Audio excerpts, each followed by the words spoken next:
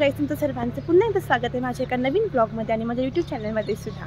So आज आहे ना, आम्ही आलो आहे पंढरपूरचं दर्शन घ्यायला आणि इथूनच पुढे आम्हाला जायचं आहे आमच्या कुलदैवताला, म्हणजेच आमचं श्री सिद्धनाथ मंदिर आहे सांगलीमध्ये तिथे। तर मग आम्ही 2 प्लॅन केलेत। सो पंढरपूर फर्स्ट आणि त्यानंतर सांगली। तर रात्री आम्ही जवळजवळ 2 वाजता निघालो, घरातूनच आंघोळ वगैरे करून सगळं निघालो आणि आता जवळजवळ वाजले 6 सव्वा 6 आणि आम्ही येऊन पोहोचलो आहे पंढरपूरमध्ये। तर आताच इथे गाडी पार्क केली, ही आम्ही गाडी घेऊन आलो आहे आणि आता आम्ही चाललो आतमध्ये दर्शनासाठी। सो आतमध्ये फोन अलाउड आहे की नाही मला माहीत नाही आहे। सो जितके जास्तीत जास्त मला क्लिप्स घेता येतील तेवढे मी घेईन, तुमच्यासोबत पण शेअर करीन। सो चला मग आता आम्ही इकडनं निघतो आहे आणि शेवटपर्यंत व्हिडिओ नक्की बघा। तर आता आम्ही चहा वगैरे पिऊन निघालो आहे मंदिराकडे जायला आणि इथूनच दिसते खूप जास्त गर्दी आहे, म्हणजे लाईन लागली आहे मोठी मंदिराजवळ। बिकॉज आज आहे संडे आणि श्रावण असल्यामुळे जो तो देवदर्शनाला येतो। सो बघू आता दर्शनाला किती वेळ लागतोय किंवा काय।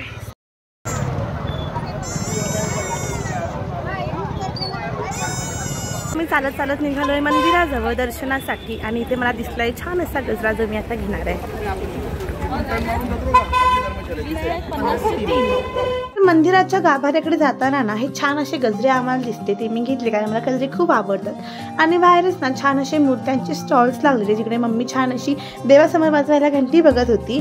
त्यानंतर तिकडनं आम्ही डिसाईड केलं की मुखदर्शन घ्यायचं, कारण ॲक्च्युली चरण दर्शनला खूप मोठी लाईन होती, म्हणजे जवळजवळ 3 तास वेटिंग पिरियड सांगितलेला आणि आम्हाला आमच्या कुलदेवतेला जायचं होतं, त्याच्यामुळे खूप जास्त वेळ आमच्या जवळ नव्हता आणि मुखदर्शनला होती फक्त 1 तासाची लाईन। सो आम्ही चूज केलं मुखदर्शन घ्यायचं। एक गोष्ट मात्र खरी आहे की देवाचं दर्शन घेण्यासाठी किती तासाची लाईनमध्ये जरी थांबावं लागलं ना तरी काहीच नाही वाटत आणि दर्शन घेतल्यावरती खूप जास्त मन प्रसन्न होतं आणि मनातल्या सगळ्या शंका दूर होऊन जातात। विठू माऊलीच्या मंदिराच्या बाहेरच संत चोखामेळा आणि इतर काही संत आहेत, त्यांच्या पण बाहेर छान अशी मंदिरं केली, त्याचं पण नक्की दर्शन घ्या। मंदिरामधनं दर्शन घेऊन त्यानंतर मग आम्ही चंद्रभागा नदीवरती गेलो आणि चंद्रभागा नदीच्या आतमध्ये पण खूप सारी मंदिरं आहेत आणि सोबतच आतमध्ये बोटिंग पण आहे, म्हणजे तिथे लोक बोटीने आतमध्ये नेऊन सोडतात। आणि अजून एक गोष्ट आहे जी मी मिस केली, पण तुम्ही कोण असेल तर नक्कीच मिस करू नका, ती म्हणजे अशी आहे की जर कोणी आदल्या दिवशी स्टेसाठी पंढरपूरला जायचा विचार करत असेल ना, तर त्यासाठी जी राहण्याची सोय आहे, त्यासाठी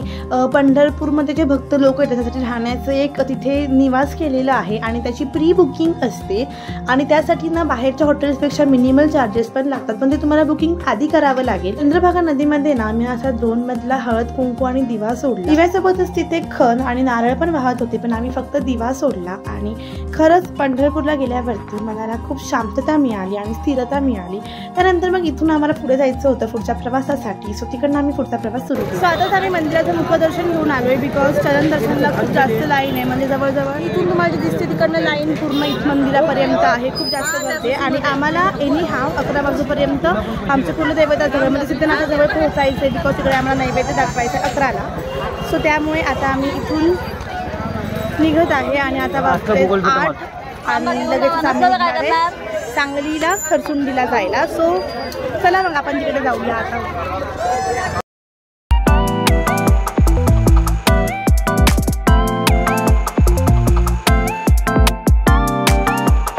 आता ना आम्ही पोहोचलो आहे खरसुंडीमध्ये आणि मंदिराजवळ आम्ही अजून गेलो नाही आहे, बिकॉज इथे असं आहे की जेंट्स लोक जे असतात ना त्यांना घोडे खुर्द म्हणून मंदिराच्या अलीकडेच एक जागा आहे, तिथे आंघोळ करावी लागते आणि त्यानंतरच देवाला जावं लागतं। सो त्यामुळे पप्पा आता तिथे आंघोळीला जात आहेत आणि इथे छान असं एक कुंड कसं आहे तुम्हाला मी दाखवते। ते रविवारी देवाला येण्यामागचं रिझन हे की आमचा जो देव आहे सिद्धनाथ त्याचा जो वार आहे तो आहे रविवार। सो आज आम्ही आलो आहे छानसं दर्शन घ्यायला। सोबतच आम्ही आमचे ओळखीचे जे पंडित म्हणजे काय बोलतात त्याला बरं, गुरुजी किंवा पंडित म्हणू शकतो आपण, हां, त्यांच्याकडे आम्ही कालच त्यांना सांगून ठेवलेलं की आमचं नैवेद्य बनवून ठेवायला, देवाला पुरणपोळीचं नैवेद्य द्यावा लागतो, प्लस अंड पण द्यावं लागतं, कारण आम्हाला अंड द्यावं लागतं नॉनव्हेजमध्ये, बट आता श्रावण असल्यामुळे ते देऊ शकत नाही। सो पुरणपोळीचं छान असं नैवेद्य त्यांनी करून ठेवलं आहे आणि सकाळीच आम्ही त्यांना सांगितलेलं की आमच्या नावाचा अभिषेक करायला, कारण सकाळी 5 वाजता देवाचा अभिषेक होतो आणि इतक्या लवकर आम्हाला येणं पॉसिबल नव्हतं। सो आमच्या नावाचा अभिषेक घातलेला आहे आणि आता फक्त नैवेद्य दाखवायचा आहे आणि त्यानंतर मग आम्ही पण जेवण करू।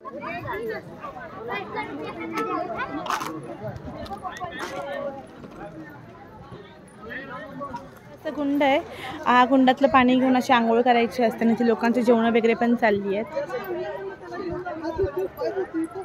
आंघोळ करून परत आम्ही निघालो आता मंदिराजवळ जायला. पंढरपूरहून खरसुंडी जे की सांगलीमध्ये स्थित आहे तिथे यायला आम्हाला जवळजवळ 3-3.5 तास लागले आणि बरोबर 11:30-12च्या आसपास आम्ही तिथे जाऊन पोहोचलो. तर त्याची अशी स्टोरी आहे की सिद्धनाथ जे आहे त्यांचा घोडा जो होता तर त्या घोड्याने तिथे खूट मारून पाणी काढलेलं. सो तिकडे त्यांनी एक तुम्हाला मी मागाशी दाखवलं ते हे बनवलं, पाण्याचं कुंड बनवलं आहे आणि मग त्याकडे आता ते पाणी जे त्याला एकदम अशी सात्विक पाणी झालं. सो तिकडे सगळे जेंट्स लोक आंघोळ करून मग मंदिरात जातात.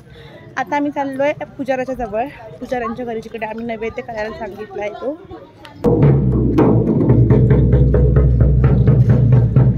तर आमच्या देवाला ना नैवेद्यामध्ये पुरणपोळीचा नैवेद्य दाखवावा लागतो. सो तसं आम्ही आमच्या ठरवलेल्या पुजाऱ्यांना फोन करून सांगितलेलं आणि त्यांनी मग तो नैवेद्य तयार करून ठेवलेला. आता आम्ही चाललोय देवदर्शनाला. फायनली नैवेद्य वगैरे सगळा तयार झाला आहे. सो तो घेऊन चाललोय आणि इथे देवासाठी आम्ही पोशाख घेतला आहे. त्याच्यामध्ये आम्ही घेतलं आहे साडी देवीसाठी आणि हे कापड देवासाठी आहे, हे आसन आहे खाली आणि ते फेट्याचं कापड. सो अशा प्रकारचं सामान आहे आणि धोतर सुद्धा आहे माझ्याकडे. फोडायला पाहिजे आणि 2 देवाला म्हणजे ते केसर असतं काय? ऐका, फोडायला हे असतं त्यांचे केसराचे देवाला. हे 4 देऊ का? ते 2 द्या. हे 2 द्या. फोडायला ते ठीक आहे. हे सोडणार का? त्यांना हेच लागतं तिकडे तेवढं. नाही एवढं हेच असते. हां. तर प्रत्येकच देवदर्शनाला ना श्रावण महिना असल्यामुळे आम्हाला खूप जास्त वेळ थांबावं लागत होतं आणि तसंच श्री सिद्धनाथ दर्शनाला पण झालं. त्याच्यामुळे आम्ही बराच वेळ थांबलो आणि त्यानंतर गाभाऱ्यासमोर जाऊन आमचं नैवेद्य दाखवलं. श्री सिद्धनाथ हे देवस्थान जे आहे ना ते शंकराचं एक दुसरं रूप आहे, त्याच्यामुळे खूप जागृत असं देवस्थान आहे. आणि इथूनच जवळ नीलकरंजी गावात श्री सिद्धनाथांची दुसरी पत्नी जिला जकाबाई म्हणतात तिचं मंदिर आहे. तर यामागची कथा अशी आहे की श्री सिद्धनाथांची पहिली पत्नी आई मळाबाई यांनी श्री सिद्धनाथांना अड घातलेली की ते त्यांच्या दुसऱ्या पत्नी म्हणजेच आई जकाबाईला 3 वर्षांनी भेटतील. त्याच्यामुळे डिसेंबर महिन्यामध्ये प्रत्येक 3 वर्षांनी इथे खूप मोठी जत्रा भरते. त्याच्यामुळे सिद्धनाथांची पालखी आई जकाबाईला भेटण्यासाठी त्यांच्या मंदिरात जाते आणि त्यावेळेस इथे खूप मोठा उत्सव साजरा केला जातो.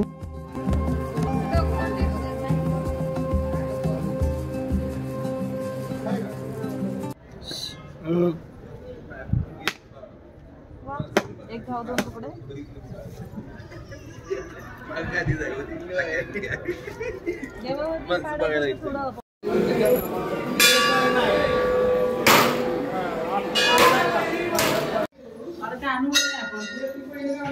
काय गाडी काढलो. तर आता आमचं व्यवस्थित असं दर्शन घेऊन झालं आहे आणि तसंच आम्ही ते नैवेद्य पण जेवून घेतलं आहे आणि आता आम्ही घरी जायला निघणार आहे. आणि त्याआधी इथून आम्ही काही प्रसाद घेणार आहे.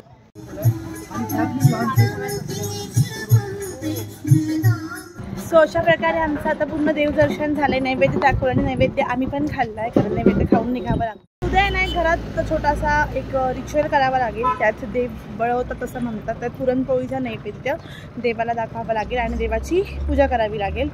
सो हे सगळं आता उद्या होणार आहे. चला मग आजचा व्हिडिओ मी तेच संपवते. पुन्हा भेटूया का नवीन आणि छान ब्लॉगमध्ये. तोपर्यंत बाय.